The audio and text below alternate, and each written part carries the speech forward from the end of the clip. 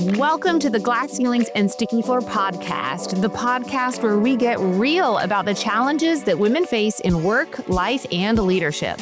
I'm your host, Erica Rooney, HR executive, keynote speaker, and executive coach, and I'm on a mission to get more women into positions of power and keep them there.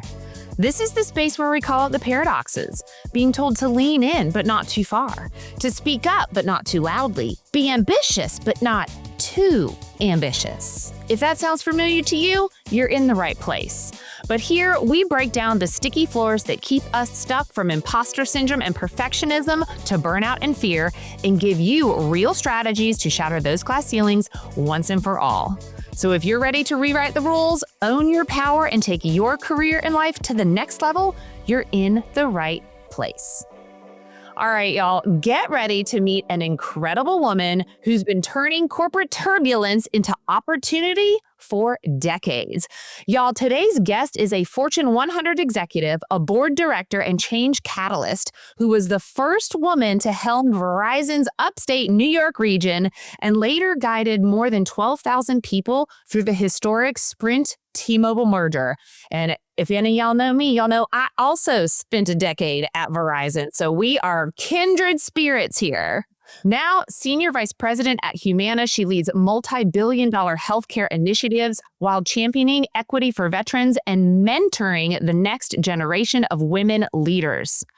From transforming telecom retail from the ground up to reshaping organizational culture with heart and with grit, she is proof that you don't have to choose between compassion and decisive action. Y'all, please welcome Tracy Nolan to the table. Tracy, how are you? I'm great, Erica. Thank you for having me on this podcast. I was so excited. The name of your podcast alone was like, yes, I need to join Erica and have a conversation. Oh my God, it is such a sticky name, for lack of better words. But I love this because our lives have so many red threads connecting us, from Verizon to your work at Dress for Success and even some friends who work where you are now. And so I am so excited for this conversation, but I would love to kick it off just by asking you, what inspired you to pursue leadership in your field, and how did your upbringing or your education really shape your ambition?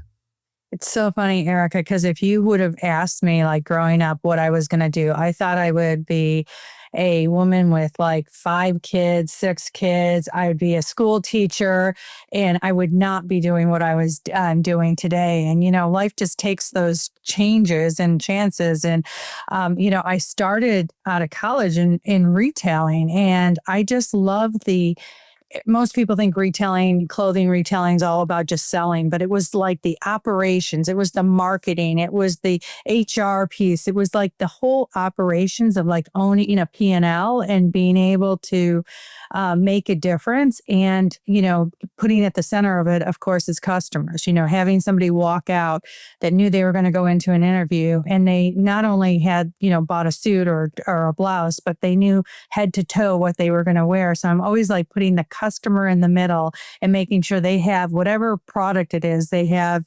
everything that they're going to use with it. And it just kind of blossomed, right? It just started with the focus on customers and on our employees. And then from there, it just kind of, I just kind of moved up, and each role was taking on a new challenge. And I'm a challenge seeker, I guess. I'm one that runs to challenges. I don't run away, but it has to start with a little bit of confidence that it's okay to not always succeed. And I think we as women have such a hard time with that. Yeah, I would say we do, speaking from personal experience. But I would love to ask you, and I think we all have these self-imposed ceilings on what we think is possible. And you said way back in the day when you were a kid, you never would have imagined this life that you're leading now. So I would love to hear from you. What was that first glass ceiling that you really, like, when you look back, you recognize that, wow, I really crashed through that one? I would say that I I seemed to break barriers. Even when I picked my college I went to, we were a family that went to liberal arts schools. We'd go in, with that major. And I was very determined to go to the best school that I got in and get a bachelor's of science, really focus on doing something. And I went to a school where the ratio was 6-1, 6 men to every 1 woman. And it was an engineering school. I wasn't even taking engineering, but my family was like, what are you doing? Like, is this really what you want to do? And then, I kind of I started with going to a college that wasn't even anything like, it was the hardest school I got into. I knew I was going to be challenged being around, 6 men, which might sound kind of fun, actually, kind of fun, but right at that like age.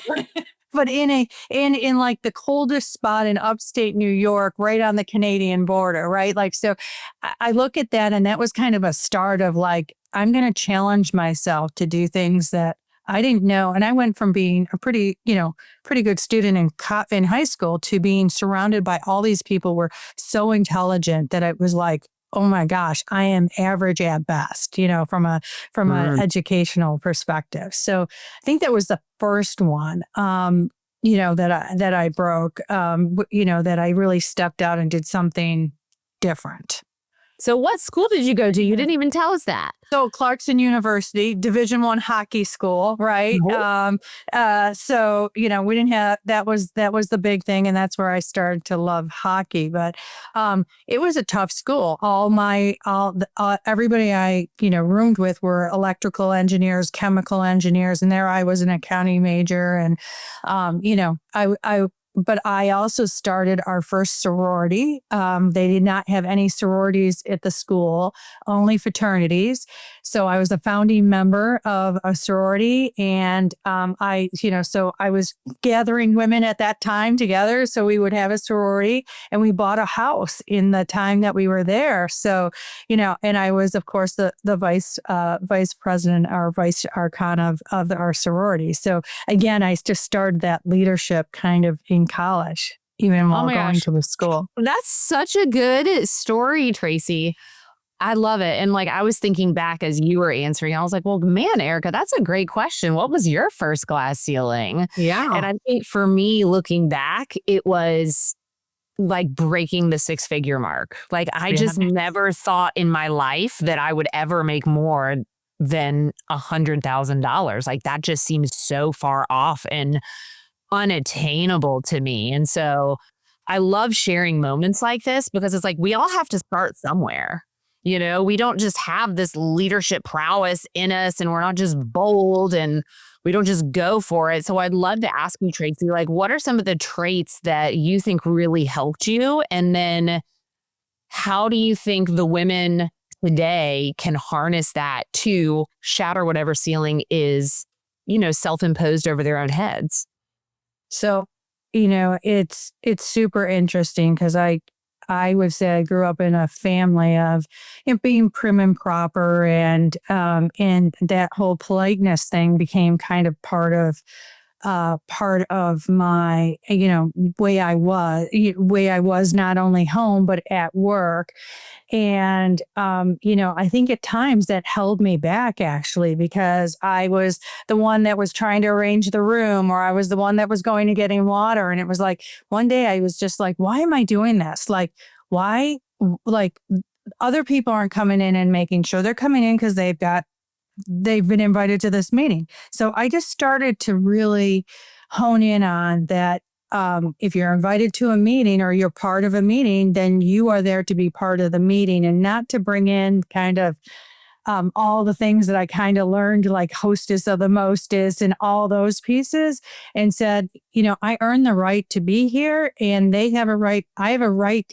I had to make myself believe that, or understand that they have a right to have me in this meeting, but I also have a right whether I want to be there or not. And when I started kind of flipping the switch on, not flipping the switch, but feeling like, oh my gosh, it's so nice that they invited me to, I earned this, right? Like, I earned this. I am respected, I'm coming in. That's when it really kind of was one of those little switches that was like, wow, this is empowering. And I empowered myself. The company already empowered me to be there. But as women, I think sometimes that nicety and that way of being brought up was actually holding me back. I would 100% agree. Same thing. Like, I grew up in the South with a stepmother in the junior league, which, if you're not familiar with the junior league, it is like historically this very waspy group of women, and it's much different in many locations. So I'm just speaking in generalities, people, okay? But it was all about putting on the perfect party and having the right, tableware set out. And that was really impressed upon me as something that was important. And just you talking got me thinking how we still are so programmed to not even recognize this. And I hosted an internal training at a corporation not too long ago, and we had lunch, and we were eating lunch while we were doing this training. And after, like, everybody kind of went back to their desk, one man came back in and he was like, all right, what do you need help with cleaning up? And I was flabbergasted that this man was coming in to offer to help me clean up the table, which also, let's be clear, wasn't my job. But we need more men like that, right? We need more people like that who are stepping up to be true equals. I will tell you that when I was at Verizon, I was in the Midwest, and my boss used to say, Trace, you set up, like, there was a big meeting coming up. You're so good at making sure people are sitting in the right place and setting the room up for success. Can you go down? Now, here I'm running a $1 billion organization for them, and I'm being asked to go set up the room so that it's effective. And after the meeting was over and I presented, like, on my business, afterwards, somebody came up and didn't say, hey, great presentation, great results, Trace. They said, you did such a great job setting this meeting up for success. And I stepped back and I was like, that's what you're going to remember about me? Like, that's not what I want you to remember about me. I want you to remember about the kick-ass stuff I'm doing here in this market and how I'm, like, changing around and moving it to number one in market share. Not that I can set up a meeting, but I take accountability for that because I'm the one who was like volunteering for it, right? And there's no men doing that. There was not a single man. And then I'm staying afterwards and I'm arranging and picking up because I'm thinking I'm doing something nice for the people who are going to come in and clean the room. And I'm like, why am I picking other people's stuff up? Like that, and again, there is a bit of being nice, but, like, come on. Like, I didn't put it, like, I assumed that was part of my job just because I grew up, like, that was part of it. And that, like, that's what people were thinking of me. And I was like, God, I don't want to be known as the person that goes and makes the room nice.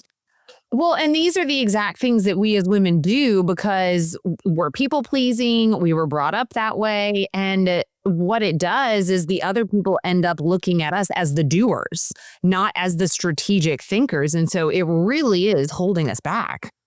It is. And I mean, I go so far now, Erica, to do things like I used to always carry my notebook in front of me. And I now carry it like any other man does down on my side because it's just, this is closing, right? Like, and if I can put it down on the side, I walk in and it's more commanding.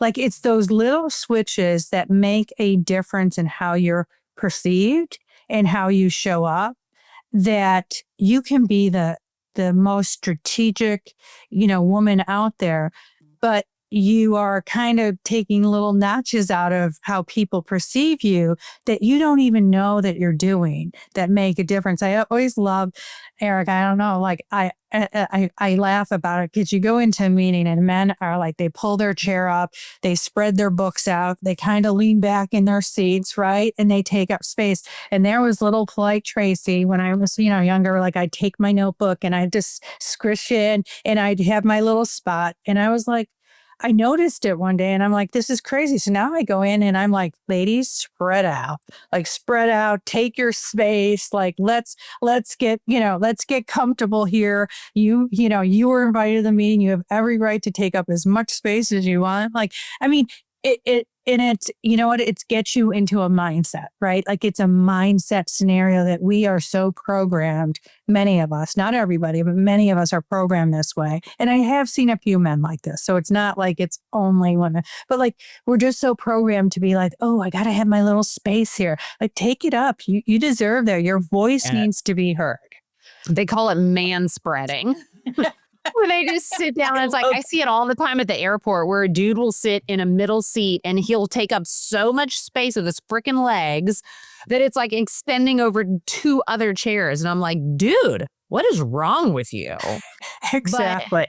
Oh my gosh. So Tracy, I want to talk about this, idea of being the only, because Verizon, heavily male dominated, right? A lot of your professional experience has kind of been in that realm. And we talk about the little changes that we can make so that we are perceived in the way that we want to be perceived.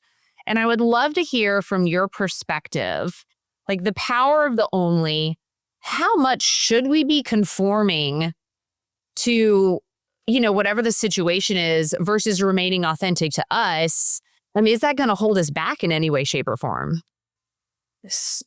I thought it would. And I always thought like I would compensate being a woman in a room full of men. I mean, I've been in meetings with, large electronics vendors where I was the only one of 21, people in a room.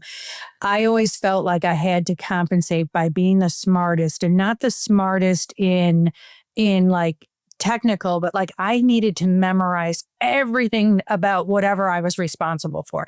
Like I needed to know every fact, everything. And it held me back from the joy of actually doing the job. And leaders don't need to know everything, because you can always go find something. Like you can go always find the answer. But for some reason that actually made me come across less confident and less strategic, because I knew every answer, right? And they're like, well, God, she must be studying. Like it did the reverse, right? Like it did the reverse versus just being confident in who I am. And then the other part is I always thought that I couldn't show my caring side. I always tell the story that I had this one point in my life where my father had quadruple bypass surgery and had to go back in the same day. He was in the hospital for 90 days. He came, the stress of trying to take care of my mom and my dad.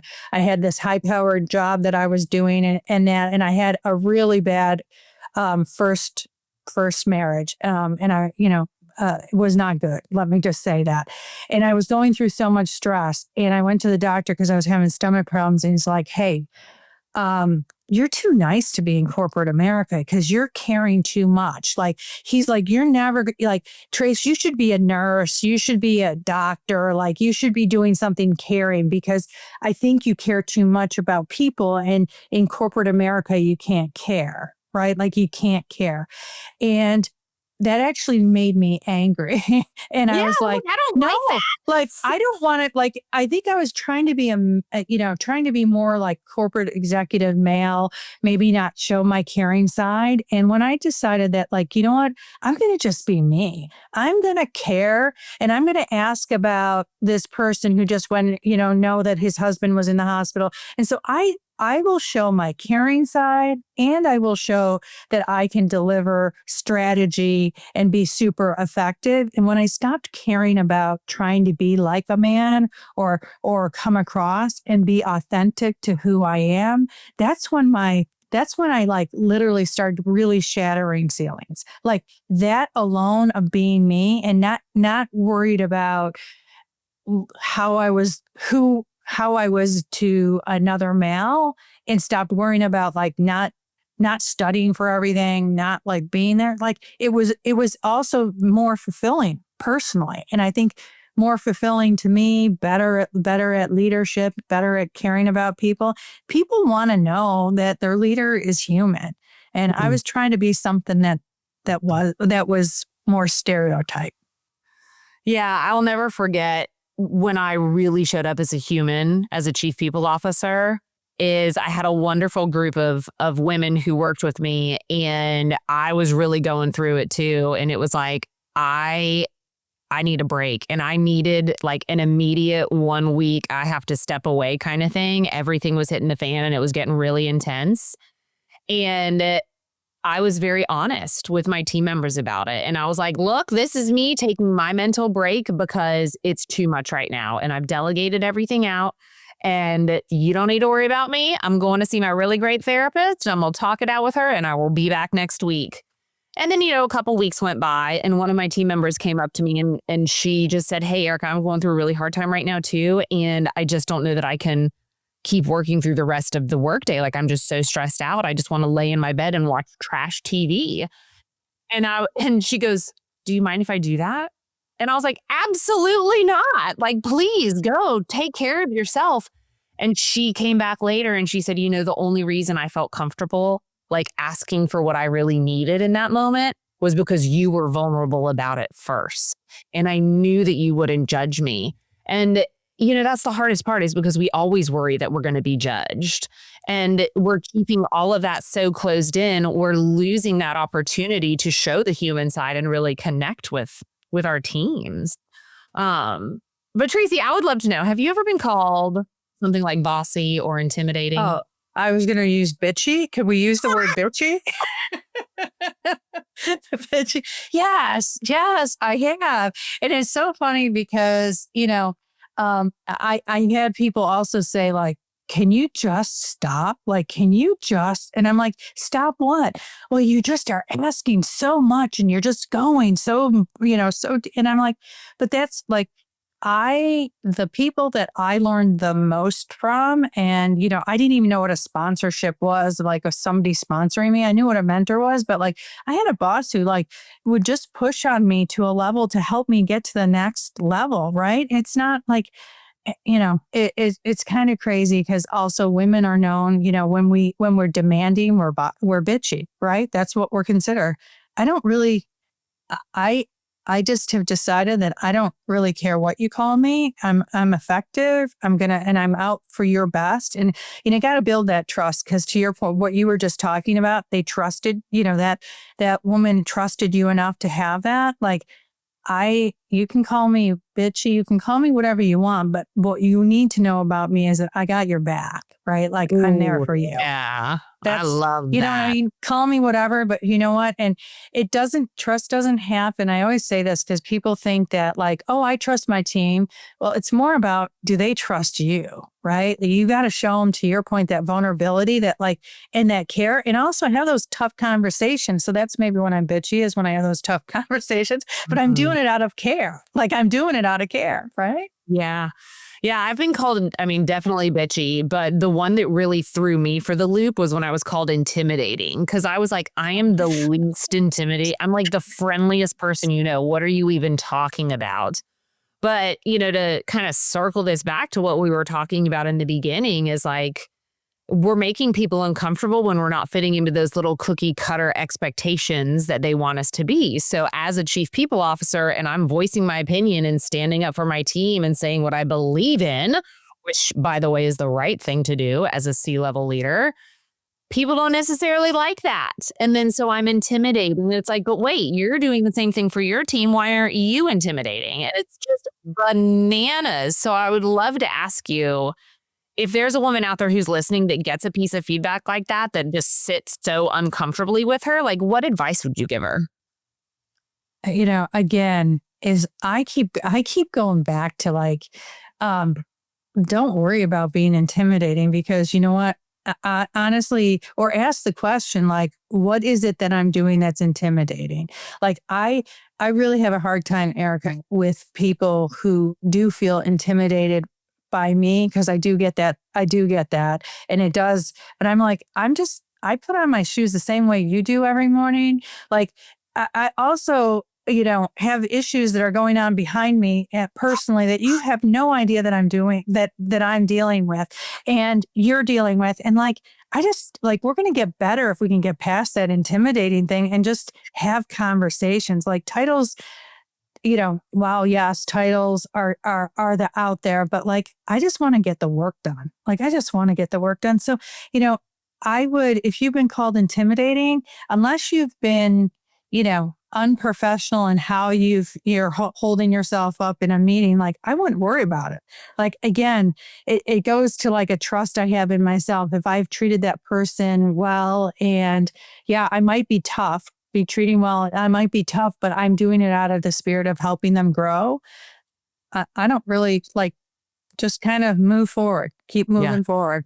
And it's not your responsibility to regulate their emotions. So yeah, I love that. You know what? If they're insecure and they need to call you intimidating, so be it. Exactly. All right, Tracy, I've got one last question I'd love to ask you. And I think it's not what I usually ask a lot, but I just think it's going to be a powerful one to end this conversation. And I mean, you're a high-powered woman. You've been in many positions of power.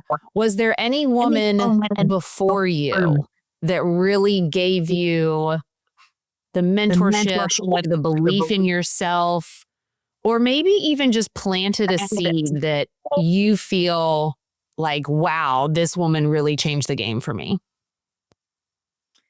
It's interesting because most of my sponsors or people who have really developed me have been men, believe it or not. But I think and this may sound a bit corny, but I believe that my mom, who went to college when very few women were going to college, was married to, a World War II Navy SEAL. So tough guy.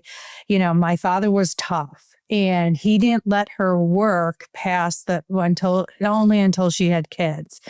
But my mom taught me a very important lesson, which is this too shall pass. And I would have those nights where I call her on my way home almost every night from any job that I was, Erica. Unfortunately, I lost her years ago, but I would call her and I would give her like the status of the day. And it would be like, oh my gosh, I'm not confident in myself. I blah, blah, blah. And she'd be like, Tracy, just be you and realize whatever you're worrying about is not going to be, most of the things you're going to worry about are going to be past tomorrow. And there's nothing that you can do that you can't do if you don't just, believe in yourself. And that alone, she may have not been a CEO of an organization, but I will tell you that she always saw the good in people. And so that even when you're having a difficult conversation, somebody's not doing what you expect them to do, just knowing that she would always say, you just don't know. You just don't know what's going on, and just be good to people.